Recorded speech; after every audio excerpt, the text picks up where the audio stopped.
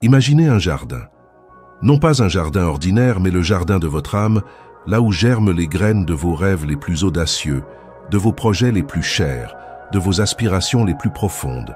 Lorsque vous plantez une graine précieuse, pleine de potentiel, la mettez-vous immédiatement en pleine lumière, exposée au vent, aux regards curieux, aux animaux qui pourraient la déterrer. Ou bien l'enfouissez-vous délicatement sous la terre nourricière, la protégeant du monde extérieur jusqu'à ce qu'elle ait développé des racines solides, assez fortes pour percer la surface et affronter les éléments.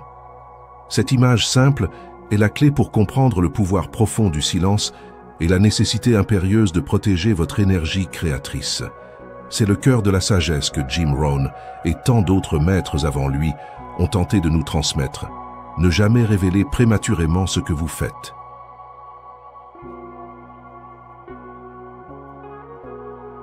Dans notre monde moderne, ultra connecté, la tentation est immense.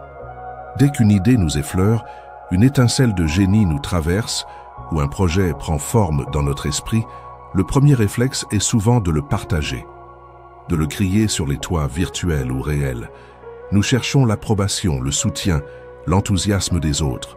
Nous voulons voir nos amis, notre famille, nos collègues valider notre vision, nous encourager, nous donner le feu vert. Et c'est là que réside une erreur fondamentale, une fuite d'énergie silencieuse mais dévastatrice. Car chaque fois que vous parlez de vos projets, avant qu'ils ne soient solidement enracinés, vous libérez une partie de cette énergie créatrice vitale, la dissipant dans l'air comme un parfum précieux avant même que la fleur n'ait éclos. Comprenez bien le principe de l'énergie et de sa dissipation. Une intention, une idée, un rêve sont des formes d'énergie pure. Pour qu'elles se matérialisent, elles ont besoin de se densifier, de s'accumuler, de prendre de la masse énergétique. C'est un processus interne qui exige une concentration, une tension créative. Lorsque vous parlez de votre projet, vous le manifestez verbalement. Vous lui donnez déjà une forme d'existence. Une partie de la pression interne qui vous pousse à agir, à concrétiser, est relâchée. C'est comme si votre cerveau, en entendant votre propre récit, considérait que l'action est déjà accomplie, ou du moins en bonne voie, et réduisait l'urgence de passer à l'étape suivante, celle de l'exécution concrète. La psychologie moderne parle de gratification symbolique. Le fait de parler de ses intentions procure une satisfaction similaire à celle de les avoir réalisées, diminuant ainsi la motivation réelle de les poursuivre. Les anciens sages, eux, l'auraient appelé une dissipation du prana, de l'énergie vitale nécessaire à la manifestation. Ils savaient que le verbe a un pouvoir immense, mais qu'il doit être utilisé avec sagesse, au bon moment, pour ne pas stériliser la graine de l'action. Pensez à un soufflet de forge. Pour attiser le feu, le forgeron ne l'expose pas à tous les vents. Il le souffle avec une intensité contrôlée, en concentrant l'air pour que le feu devienne ardent et puissant. Nos projets sont ce feu. Si nous les exposons trop tôt, ils se dispersent, perdent leur chaleur et leur force propulsive. Le silence n'est pas une absence, c'est une enceinte protectrice, un incubateur où l'énergie de vos intentions peut grandir sans être perturbée par les turbulences extérieures. Il permet à cette énergie de s'accumuler, de se condenser, d'atteindre le point critique où elle peut se manifester avec une force inébranlable. Un autre aspect crucial de cette protection énergétique concerne les doutes extérieurs comme poison. Lorsque vous partagez vos aspirations, vous ouvrez la porte à une multitude de réactions. Certains seront sincèrement enthousiastes, c'est vrai, mais même cet enthousiasme peut être une forme de pression. D'autres, hélas, porteront des doutes, des peurs, des jugements, parfois même de la jalousie ou de l'incrédulité. Leurs conseils, bien intentionnés mais limitants. « Es-tu sûr? C'est risqué. Tu n'as jamais fait ça. Qu'est-ce qui se passera si ça échoue ?» peuvent s'infiltrer dans votre esprit. Votre subconscient, naturellement perméable, peut absorber ces énergies négatives, ces semences de doute, et les laisser s'épanouir. C'est comme si, après avoir planté votre graine précieuse, vous permettiez à des mauvaises herbes de s'installer autour, de voler les nutriments, d'étouffer sa croissance. Ces poisons érodent votre motivation, affaiblissent votre confiance en vous et peuvent même vous amener à abandonner votre projet avant qu'il n'ait eu la moindre chance de voir le jour. Pensez à un artiste en pleine création, un écrivain qui dévoile son manuscrit inachevé à tout le monde, un peintre qui montre sa toile à moitié peinte, un musicien qui joue une mélodie encore en gestation. Les critiques, même constructives, peuvent briser l'élan créatif, faire douter l'artiste de sa vision, le pousser à modifier son œuvre avant même qu'elle n'ait atteint sa pleine maturité. La pureté de l'intention est fragile au début. Elle a besoin d'être cultivée dans un environnement contrôlé, à l'abri des influences dissonantes. Protéger votre énergie créatrice, c'est ériger un bouclier invisible autour de votre vision, permettant à votre conviction de se renforcer jusqu'à ce qu'elle soit inébranlable.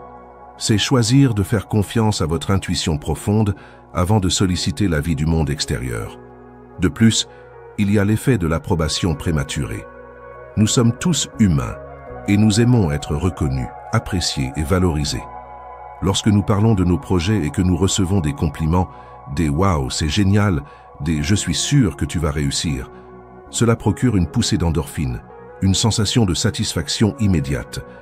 Mais cette satisfaction peut être un piège insidieux, car cette reconnaissance, obtenue avant même que l'effort réel ne soit fourni, peut diminuer notre besoin interne de travailler et de prouver. C'est comme si une partie de notre cerveau cochait la case « Mission accomplie » alors que le véritable travail n'a pas encore commencé. L'énergie de la faim, du désir ardent de concrétiser, se dissipe dans la simple joie d'être reconnu pour une intention. Un athlète qui annonce à tout le monde qu'il va remporter une médaille d'or avant même d'avoir commencé son entraînement risque de perdre une partie de sa motivation. L'énergie qu'il dépense à raconter sa future victoire est une énergie qui n'est pas investie dans l'entraînement rigoureux, la discipline quotidienne, le dépassement de soi. Les vrais champions parlent moins de leurs rêves et plus de leurs entraînements. Ils se concentrent sur le processus, sur l'effort silencieux, laissant les résultats parler d'eux-mêmes. L'approbation doit être le fruit de l'action accomplie, non pas le carburant du démarrage. C'est en cultivant la satisfaction du travail bien fait, de l'effort personnel, que l'on construit une motivation durable et une résilience face aux obstacles. Enfin, revenons à l'analogie de la graine. C'est une métaphore universelle de la création. Pour qu'une graine de chêne devienne un arbre majestueux, elle doit d'abord être plantée en terre. Là, dans l'obscurité et le silence, loin de la lumière directe et des perturbations, elle commence son travail essentiel. Elle absorbe les nutriments, développe ses racines profondes, se fortifie.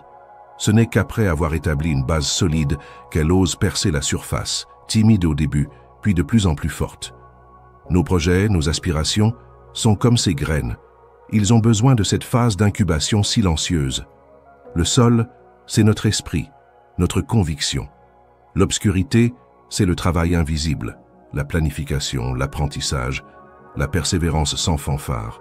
Le silence, c'est la protection contre les vents des opinions extérieures qui pourraient dessécher la jeune pousse. Si vous déterrez la graine trop souvent pour voir si elle pousse, ou si vous en parlez à tout le monde pour qu'ils viennent l'admirer, alors qu'elle n'est qu'un germe fragile, vous risquez de l'endommager irrémédiablement. La patience est une vertu cardinale dans la création. Elle permet au processus naturel de se dérouler, à l'énergie de s'accumuler, à la forme de se cristalliser. Ce n'est qu'une fois que la plante a ses premières feuilles, qu'elle est robuste et prête à affronter le monde, qu'elle peut être admirée. De même, ce n'est qu'après que vos projets aient pris une forme concrète, qu'ils aient franchi des étapes significatives, qu'ils soient devenus suffisamment solides, qu'il est temps de les dévoiler au monde. En intégrant cette sagesse du silence, vous ne vous isolez pas, vous vous protégez. Vous canalisez votre énergie de manière plus efficace. Vous cultivez une force intérieure qui ne dépend pas de la validation externe. Vous donnez à vos rêves l'espace et le temps nécessaires pour grandir, se solidifier et se manifester avec puissance. C'est une discipline, un art, qui vous mènera vers une réalisation plus profonde et plus authentique, bien au-delà de ce que les applaudissements prématurés pourraient jamais vous apporter. C'est le premier secret pour transformer l'invisible en visible, le potentiel en réalité concrète. Le silence n'est pas une absence, mais une présence. Il n'est pas une faiblesse, mais une force. Après avoir compris comment le fait de garder nos projets secrets protège leur énergie créatrice des influences extérieures, il est temps de plonger dans un aspect encore plus profond de cette sagesse.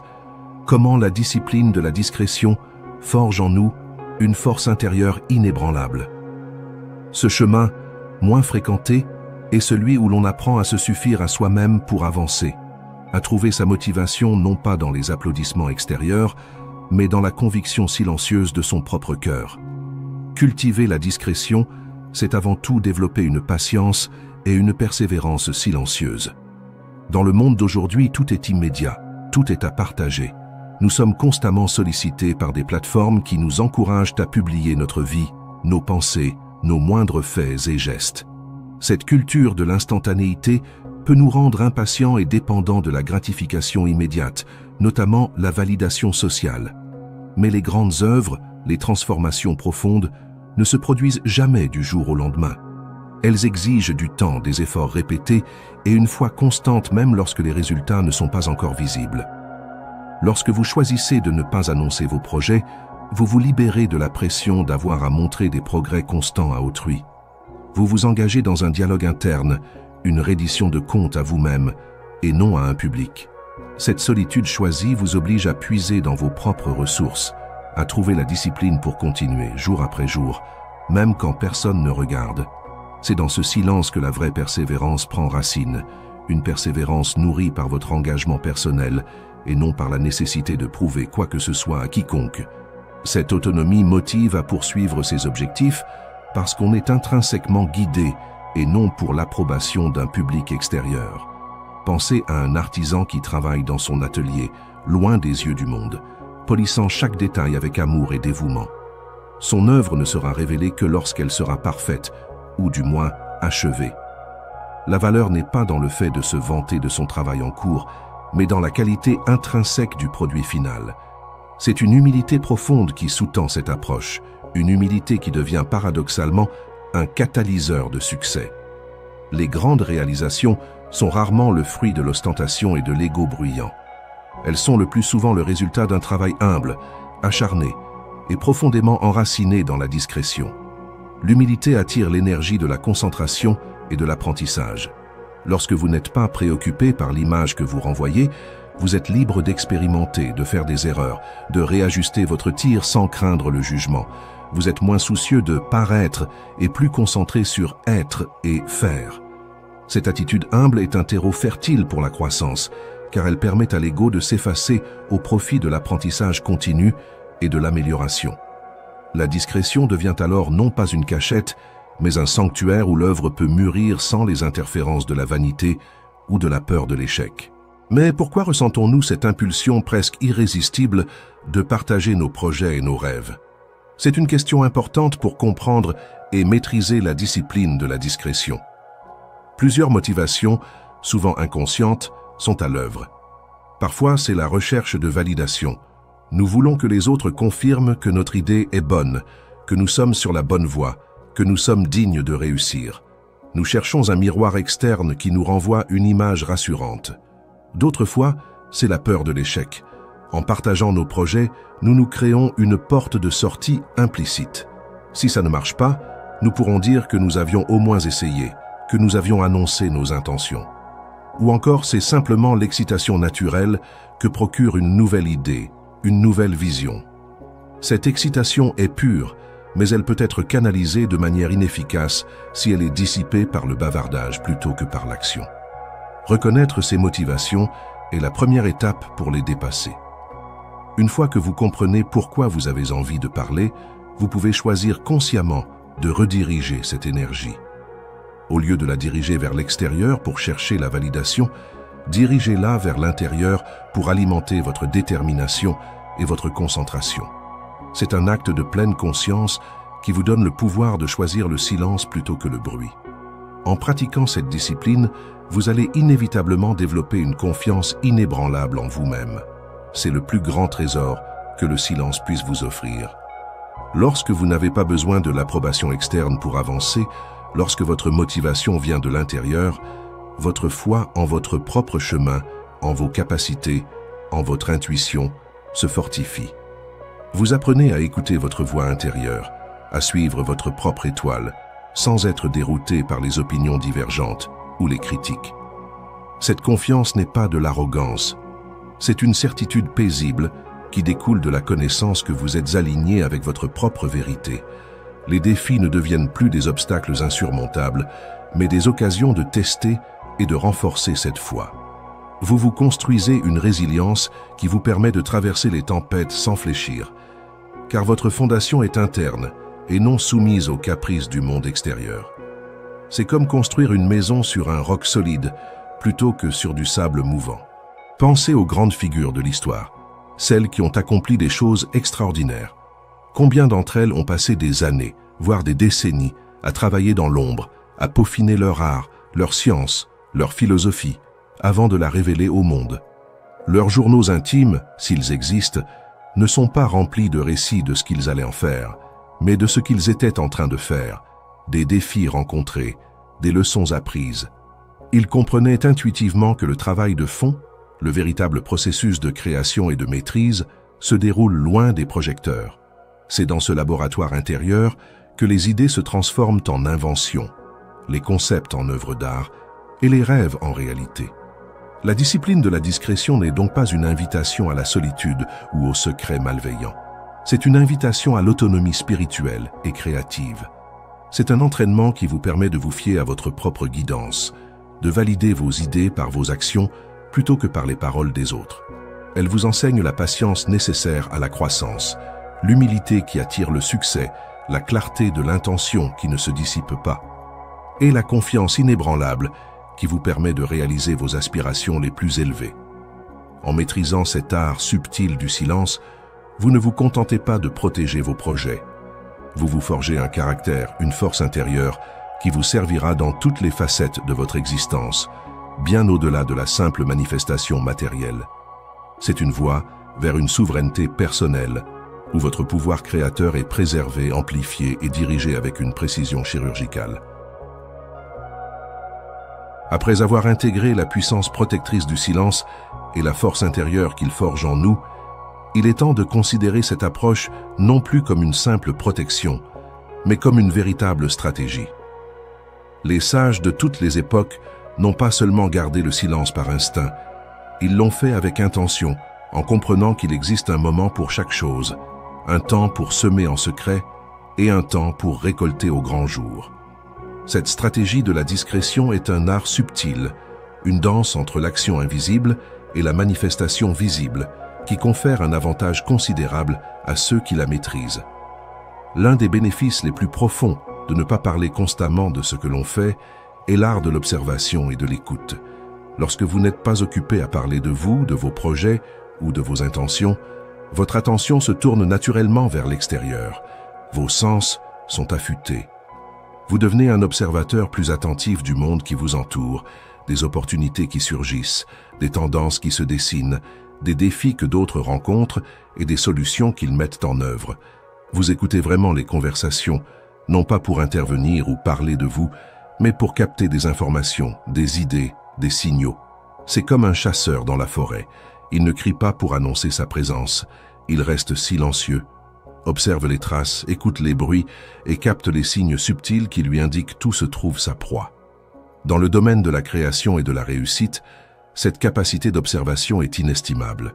Combien de découvertes, d'innovations ou de succès ont été le fruit d'une écoute attentive du marché, des besoins humains ou des dynamiques relationnelles. Si votre énergie est constamment dépensée à raconter votre propre histoire, vous risquez de manquer les murmures de l'univers qui vous guident vers la bonne direction, les opportunités déguisées ou les erreurs à éviter. Le silence extérieur crée un espace pour l'écoute intérieure et extérieure. Il vous permet d'être réceptif aux synchronicités, aux conseils inattendus, aux nouvelles perspectives qui pourraient transformer votre projet.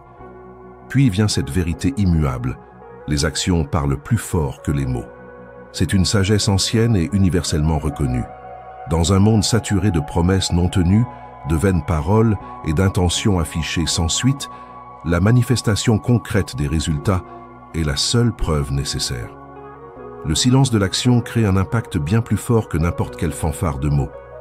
Quand vous dévoilez un projet achevé, un objectif atteint, une transformation réalisée, l'effet est puissant. Il n'y a pas de place pour le doute, pas de question sur votre engagement. Le fait est là, tangible, irréfutable. Cette approche confère une autorité naturelle. Les autres ne sont pas juste impressionnés. Ils sont inspirés et convaincus par la preuve vivante de votre capacité à concrétiser. Imaginez une personne qui annonce à tous qu'elle va écrire un livre, puis parle de ce livre pendant des années sans jamais le terminer. L'énergie de son annonce se dissipe et la crédibilité s'érode. À l'inverse, quelqu'un qui travaille discrètement, jour après jour, puis un jour annonce « Mon livre est publié », aura un impact bien plus retentissant. Ses actions ont parlé pour elle. Le silence, dans ce contexte, n'est pas de la dissimulation. C'est une preuve de sérieux, de discipline et de focus.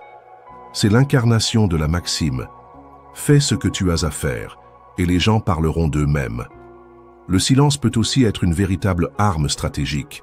Dans de nombreux domaines de la vie, qu'il s'agisse de relations personnelles, de négociations commerciales ou de compétition, la discrétion vous confère un avantage.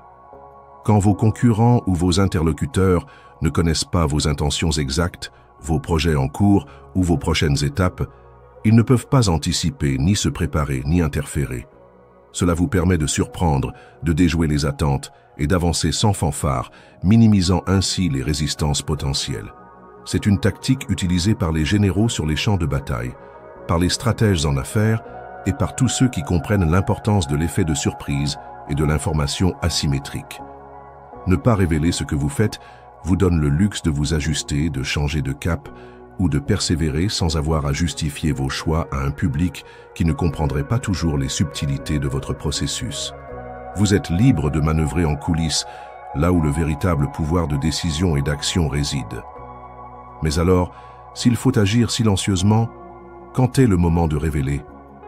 La sagesse nous enseigne que la révélation doit venir après que le projet ait pris racine, après qu'il soit devenu suffisamment solide pour résister aux influences extérieures. C'est lorsque la graine est devenue une jeune pousse robuste, ou mieux encore, une plante avec ses premières fleurs ou fruits. Le moment idéal pour dévoiler est celui où votre projet a atteint un stade de maturité où il n'est plus vulnérable aux doutes, aux jugements ou aux critiques. C'est le moment où sa propre force et sa viabilité sont évidentes. Pour certains projets, cela peut signifier attendre que la première étape majeure soit franchie, que le produit soit lancé, que la fondation soit posée. Pour d'autres, cela peut être après avoir atteint un certain niveau de compétence ou de maîtrise. La clé est de juger objectivement la résilience de votre création. Est-elle assez forte pour affronter le regard du monde sans être ébranlée? La révélation à ce stade n'est plus une quête de validation, mais un partage d'un succès, une invitation à la célébration.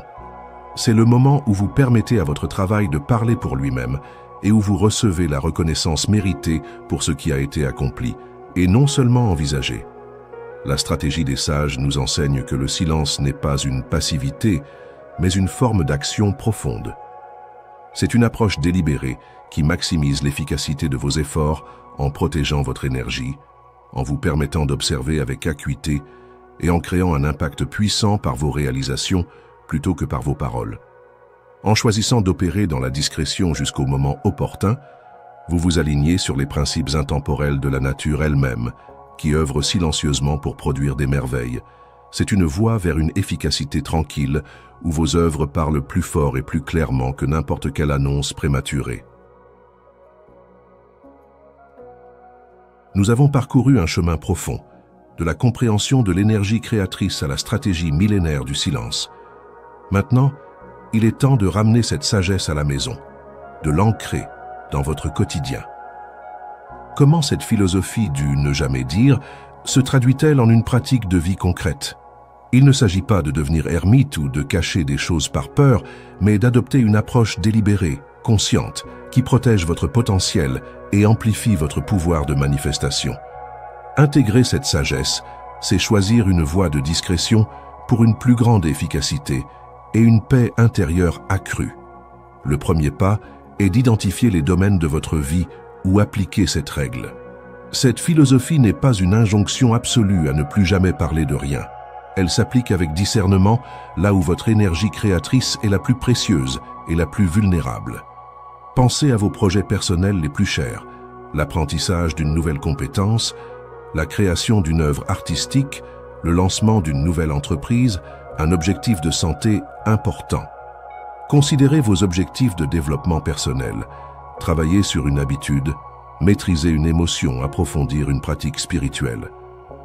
Réfléchissez à des changements de vie importants que vous envisagez, comme une relocalisation, une transition de carrière ou une grande décision familiale. Ces domaines, parce qu'ils touchent à votre croissance la plus intime et à vos aspirations les plus profondes, bénéficient grandement d'une période d'incubation silencieuse. C'est dans ces espaces que la graine a besoin d'être protégée des vents et des regards avant de pouvoir germer. Pour des choses triviales ou des discussions courantes, le partage est naturel. Mais pour ce qui nourrit votre âme et construit votre futur, la discrétion est une force. Il est crucial de faire la distinction entre être secret et être discret. La philosophie du ne jamais dire n'est pas une invitation à cacher des choses par peur, par malveillance ou par manipulation. Ce n'est pas un appel à la duplicité. Être secret implique souvent une intention de tromper ou de manipuler, et cela génère une énergie lourde, empreinte de peur et de culpabilité. Au contraire, être discret est un acte de sagesse et de protection.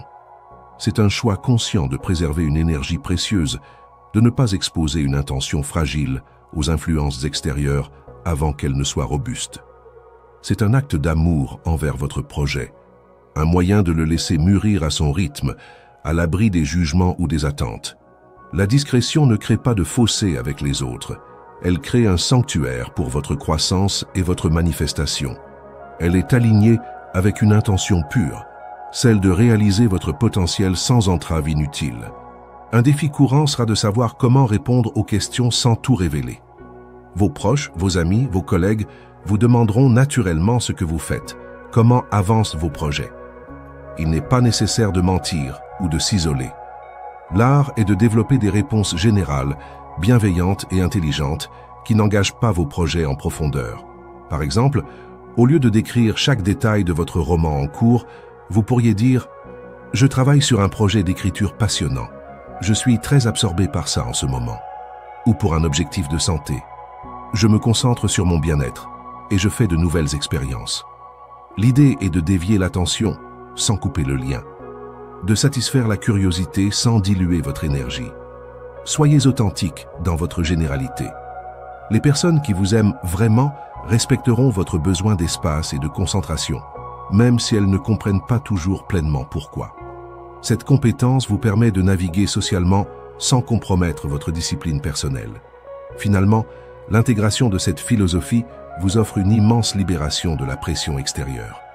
Imaginez la légèreté de travailler sur vos rêves sans la charge des attentes d'autrui, sans le besoin constant de justifier vos choix ou de prouver votre valeur. Lorsque vous ne criez pas vos ambitions sur les toits, vous n'êtes pas redevable à l'opinion publique. Vous n'avez pas à craindre le jugement si les choses ne se passent pas comme prévu ou si vous devez ajuster votre cap. Cette liberté vous permet d'expérimenter, de faire des erreurs, d'apprendre et de pivoter sans la pression de sauver la face. Vous appréciez le luxe de travailler en coulisses, là où la vraie croissance se produit. Cette souveraineté personnelle est un cadeau inestimable. Elle vous permet de diriger votre énergie là où elle est la plus utile, dans l'action silencieuse et la création effective, plutôt que dans la performance ou la validation. En adoptant cette sagesse du ne jamais dire, vous ne devenez pas un être secret ou distant. Au contraire, vous devenez plus puissant, plus centré et plus efficace. Vous apprenez à faire confiance au processus naturel de manifestation. Vous respectez le temps d'incubation de vos rêves. Vous protégez votre force intérieure de la dissipation et des influences négatives. En laissant vos actions parler pour vous, vous créez un impact plus fort et plus authentique, et vous ouvrez la voie à une vie où la réussite est le fruit d'une sagesse profonde et d'un alignement parfait avec les lois universelles. C'est un chemin vers la liberté de créer, la joie de manifester et la paix de l'esprit, loin du bruit et des attentes du monde. Nous avons parcouru un chemin fascinant, explorant la sagesse intemporelle qui se cache derrière le conseil apparemment simple de ne jamais révéler aux autres ce que vous faites.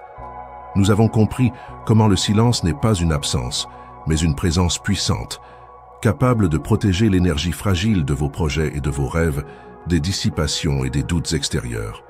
Nous avons vu comment cette discipline forge une force intérieure inébranlable, vous rendant indépendant de la validation d'autrui et renforçant votre confiance en vous.